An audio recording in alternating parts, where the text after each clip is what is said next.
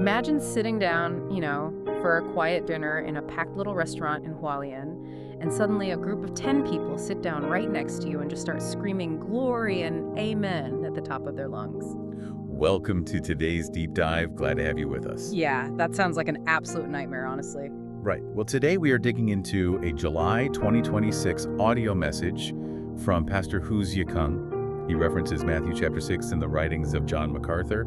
And our mission today is to figure out why deeply held beliefs like prayer can sometimes just mutate into these toxic theatrical performances. So, okay, let's unpack this. Pastor Hu's core argument is that prayer often stops being about divine connection, right? And starts being this public ritual just meant entirely for human applause. Exactly, and he grounds this in a really classic historical context. He talks about ancient Greek actors wearing those giant oversized masks on stage. Oh, right, the origin of the word hypocrite. Yeah, basically. But the message applies it directly to the psychology of modern believers. Like, when people pray just to be seen, they're really just hiding behind a mask. It is driven by this innate sin of pride and a desperate need for peer approval rather than authentic faith. I mean, I get the Greek theater comparison, but I kind of have to play devil's advocate here. Go for it. Well, where is the line? Like, how do you distinguish between someone who is genuinely just passionate and expressive in their faith and someone who is, putting on a mask purely for an audience? Well, that is the exact tension Pastor Hu explores with that restaurant anecdote you mentioned earlier. What's fascinating here is the psychological mechanism at play. In group settings, humans naturally seek validation from their in-group, right? Yeah, that makes sense. We all do that. Right. So instead of focusing on quiet gratitude, this group of 10 people got stuck in a complete self-congratulatory echo chamber.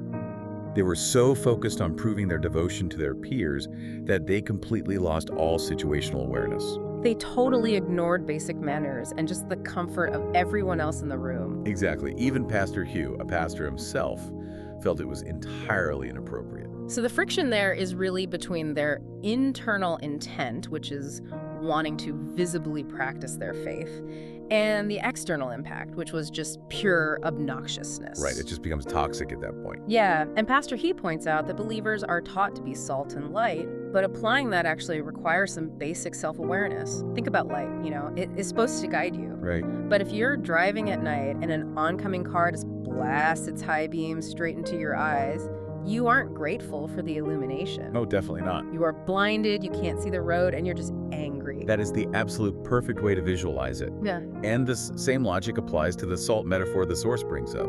Like a chef adds a pinch of salt to a dish, and it elevates the flavor. Sure. But if that same chef dumps an entire handful onto your plate, the food becomes, well, dead salty, as the source calls it. Dead salty, I like that. Yeah, it ruins the meal entirely.